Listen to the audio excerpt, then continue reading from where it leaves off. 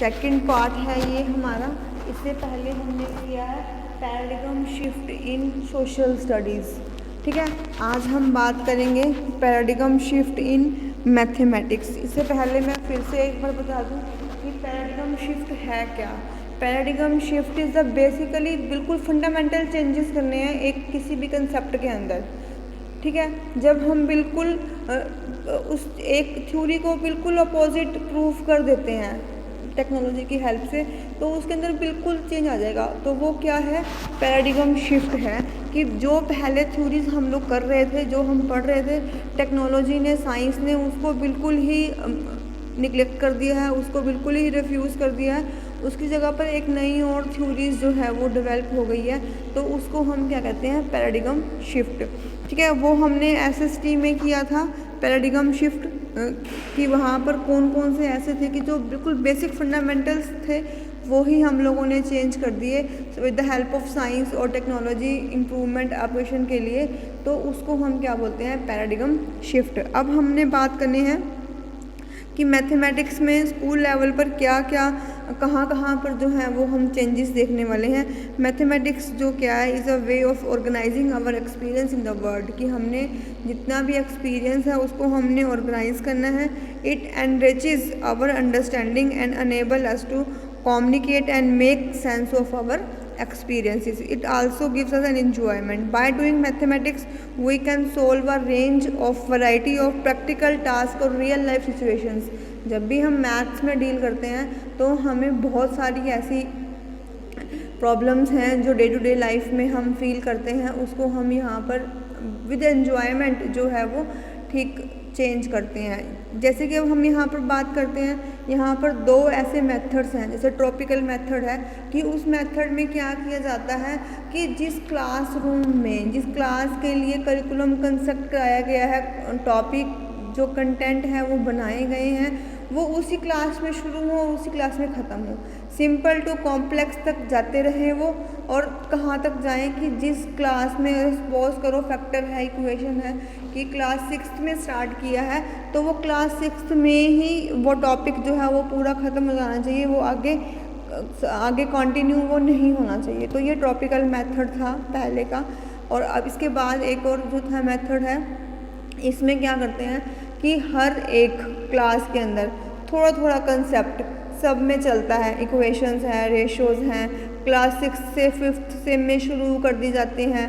Fractions हैं, छोटे level पे शुरू कर दिए जाते हैं, और वो जब तक हायर एजुकेशन तक पहुंचते हैं तब तक वो बिल्कुल उस कंसेप्ट के लिए बिल्कुल रेडी हो चुके होते हैं। उनके लिए कोई कंसेप्ट नया नहीं होता, उन्होंने पहले से उसके बारे में पढ़ा हुआ होता है और उसको वो आगे से चलते रहते हैं। तो ये मैथमेटिक्स है, हर एक तरीके से इसको हम लोग जो है वो यूज़ करते हैं।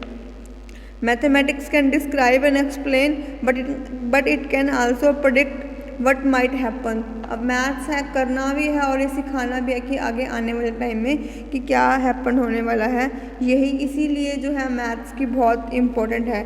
इसके ऑब्जेक्टिव्स को हम थोड़ा सा ले लेते हैं एक बार कि हाई स्कूल लेवल पर एक बच्चा अगर मैथ्स करता है तो वो क्या एबल होगा। Acquire knowledge and understandings of the terms, कि उसको टर्म्स की जो है अंडरस्टैंडिंग हो जाएगी, कंसेप्ट के बारे में उसको नॉलेज मिल जाएगी। he or she can acquire any type of knowledge regarding mathematics, principles हैं, processes हैं, mastery of conceptual and other fundamental processes that required in daily life। अब मैथ्स को जो है इतना इम्पोर्टेंस क्यों देते हैं, अब डे टू डे लाइफ में हमने, अब सुबह हम जब उठते हैं सबसे पहले हमारा टास्क क्या होता है, we have to check the time. अब टाइम कब देख पाएंगे, अगर हमें मैथ्स की बेसिक कुछ नॉलेज हमें होगी। 5 की टेबल अगर हमारे को आती होगी, हमें उसका कुछ नॉलेज होगा, तभी हम जो है अपनी डेली लाइफ की स्टार्टिंग ही कर पाएंगे। तो यही है कि बिल्कुल कि डे स्टार्ट करते टाइम से जो टास्क हमें चाहिए होता है तो वो मैथमेटिक्स पे ही डिपेंड होता है कि अब 7 बजे है, 6 बजे है, कितने बजे हैं।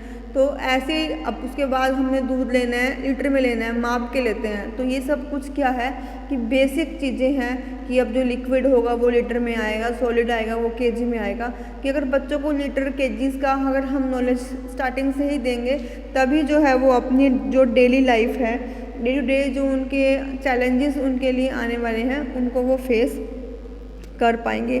मेजरिंग का आ गया, एस्टिमेटिंग का आ गया, डेमोन्स्ट्रेटिंग का आ गया, तो ये सब कुछ जो है टीचिंग ऑफ मैथमेटिक्स से ही जो है मिल पाएगा। उसके बाद आ रहा है अप्लाई की बात आ रही है। Apply mathematical knowledge and skill to solve problems that occur in daily life as well as problem related to higher learning in mathematics.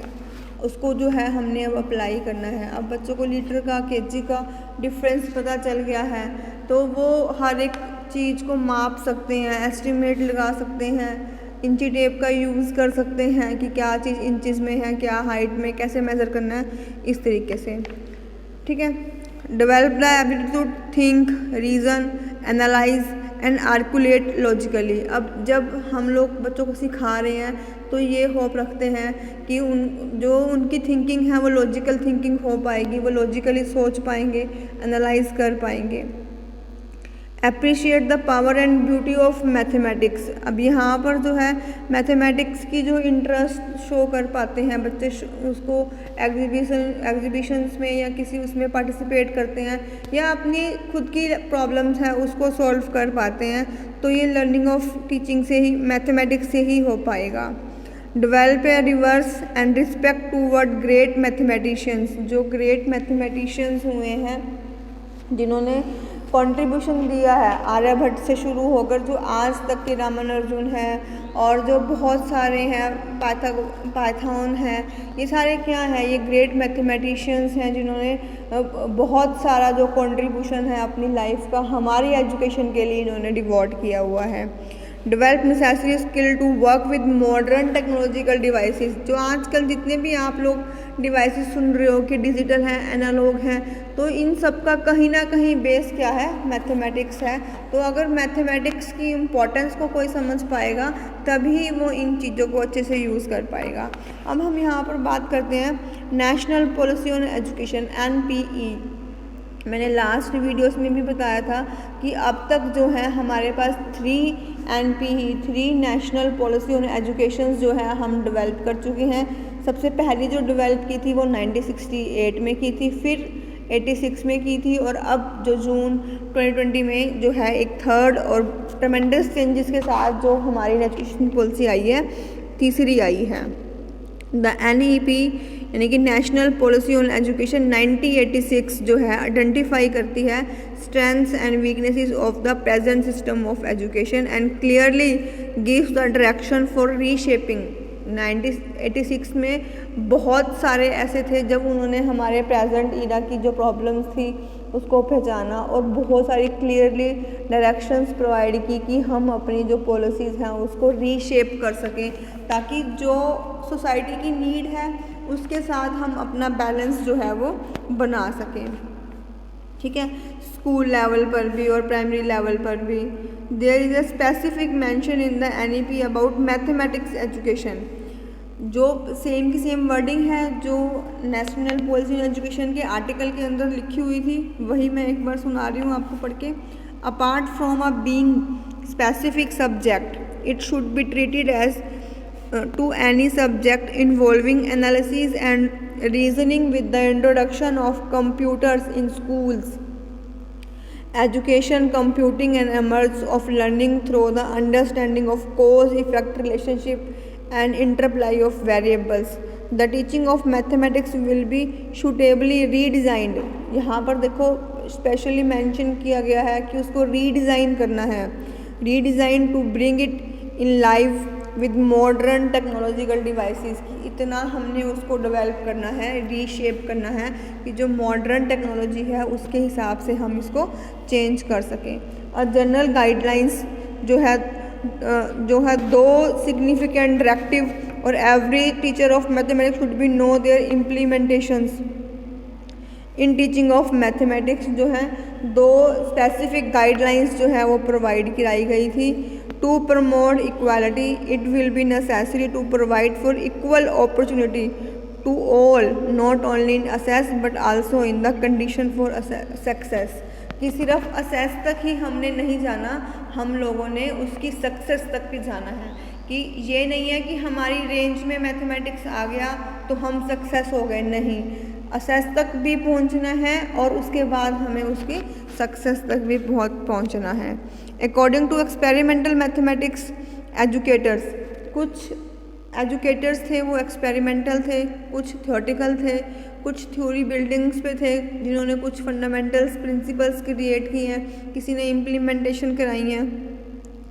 The implication of this policy statement for mathematics education जो थी वो इस तरीके से है, at the discipline at the secondary stage जो है a beginning will be made to teach. Secondary stage पे जो है हम लोगों ने मैथमेटिक्स को शुरू करना है as a outcomes discipline in a suitable manner. Even the concept of essential learning outcomes, minimum level of learning and mastery learning are the relevant and valid. कि बिल्कुल इनिशियली तक शुरू करके और सेकेंडरी लेवल तक हमने जो है आउटकम्स लेकर आने हैं, रेलिवेंट लेकर आने हैं, वैलिड लेकर आने हैं, लर्निंग एक्सपीरियंसेस हमने लेकर आने हैं। कि जो अब NEPE बनाई गई उसमें डायरेक्शंस दे रखी थी कि रीडिज़ाइन करना है हमको करिकुलम, और स्पेशली मैथमेटिक्स का स्पेशली कि हमने ऐसा बनाना है कि उसको बिल्कुल छोटे प्राइमरी लेवल से शुरू करके सेकेंडरी लेवल तक जब बच्चा पहुंचे तो उसके आउटकम्स जो थे वो साफ दिखने चाहिए कि बच्चा मैथ्स के अंदर कुछ करके दिखा रहा है। The NPE re-emphasized that mathematics should be visualized at the vehicle to train child to think।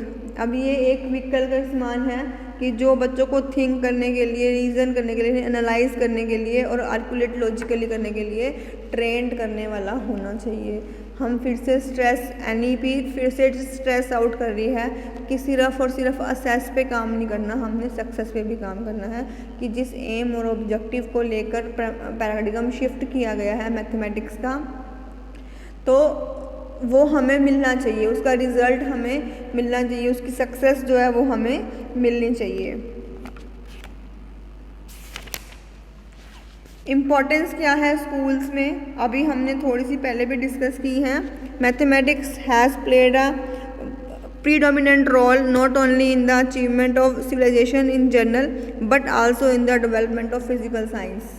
कि अब हम बात कर रहे हैं कि जो साइंस और मैथ्स जो है वो एक ही कॉइन की टू साइड्स हैं। जैसे अब हम एक कॉइन देखते हैं, एक साइड हेड होता है, एक साइड टेल होता है। अगर हम अपनी एजुकेशनल ऑब्जेक्टिव की बात करते हैं तो साइंस और मैथ्स क्या है, एक ही कॉइन की बोथ साइड्स हैं। कि अब मैथ्स जो है वो साइंस के बिना अधूरा है और साइंस जो है वो मैथ्स के बिना अधूरी है। अब आप जितना भी कंप्यूटर्स देखते हो, कंप्यूटर साइंस है वो, और वो मैथ्स के बिना अधूरी है।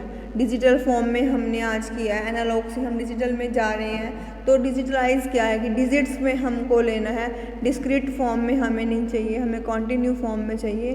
तो इस तरीके से क्या है कि साइंस और मैथ्स जो दोनों हैं आपस में लिंक्ड हैं और वो एक दूसरे के बिना जो हैं बिल्कुल ही अधूरे हैं। Mathematics education in school is more emphasised and as it improve concept development foster higher cognitive abilities and skill. अब मैथ्स को लाने का क्या मेन ऑब्जेक्टिव है कि बच्चों की जो कॉग्निटिव पावर है वो डेवलप हो सके, कॉग्निटिव स्किल्स जो है वो इम्प्रूव हो सके। मैंने ब्लूम में जो था तीन डोमेन की हमने यहाँ पर बात की थी। फर्स्ट डोमेन था हमारा कॉग्निटिव, देन अफेक्टिव और देन साइकोमोटर। अब यहाँ पर जो बात आ रही है, हमें इमोशंस नहीं स्ट्रॉन्ग करने, हमें अपनी फिजिक्स नहीं स्ट्रॉन्ग करनी, हमें अपना माइंड स्ट्रॉन्ग करना है। 3H में जहाँ हम बात कर रहे थे हार्ट, हेड और हैंड, हमें हैंड नहीं इम्प्रूव करनी, यानी लर्निंग बाय डूइंग नहीं करनी, हमने अपनी स्किल्स इम्प्रूव करनी है। किसकी? माइंड की, हेड की। कि जितना भी हमारा कॉग्निशन डोमेन है वो हमारा स्ट्रॉन्ग हो। वो हमारा स्ट्रॉन्ग कैसे होगा? वो हमारा स्ट्रॉन्ग मैथ्स की हेल्प से होगा कि हम डे टू डे लाइफ में उनको प्रॉब्लम्स इम्पोज कराएं उनके ऊपर, और वो बच्चे जो स्टूडेंट्स हैं, लर्नर्स हैं, वो उन प्रैक्टिकल प्रॉब्लम्स को सॉल्व करके अपना जो है कॉग्निशन जो है एबिलिटीज़ है उसको इम्प्रूव कर सकें। Mathematics is a very useful subject for most vocations के लिए मैथ्स बहुत ज़रूरी है। स्पेशलाइज्ड कोर्सेज ऑफ लर्निंग के लिए मैथ्स बहुत ज़रूरी है। हायर सेकेंडरी और यूनिवर्सिटी स्टेजेस पे फिजिकल और social science require the application of mathematics. अब हम बात करते हैं कि अकेला मैथ्स जो साइंस से तो अभी हमने बात की कि वो लिंक्ड है, लेकिन अदर सब्जेक्ट के साथ भी वो लिंक्ड है, सोशल स्टडीज़ के साथ भी वो लिंक्ड है, फिजिकल साइंस के साथ भी वो लिंक्ड है। ठीक है, mathematics has been an inseparable part of the school curriculum. जो मैथ्स है उसको हम अपने स्कूल करिकुलम से सेपरेट नहीं कर सकते। 10th तक का अगर हम सिलेबस की बात करते हैं तो मैथ्स जो है वो मैंडेटरी है, हर एक बच्चे के लिए कंपलसरी है।